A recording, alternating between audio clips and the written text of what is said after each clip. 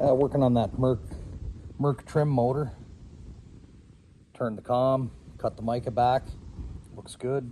I like to use a hacksaw blade, grind the kerf off it, and just drag it backwards, cut the mica, and then polish it.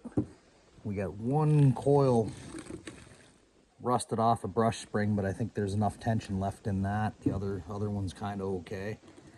Got the brush holders all cleaned up, and the brushes slide freely now. I think we might be able to resurrect this motor there. She hasn't got a whole lot of brush left, but I think she'll go for one more summer. We'll find out in an hour or two anyways.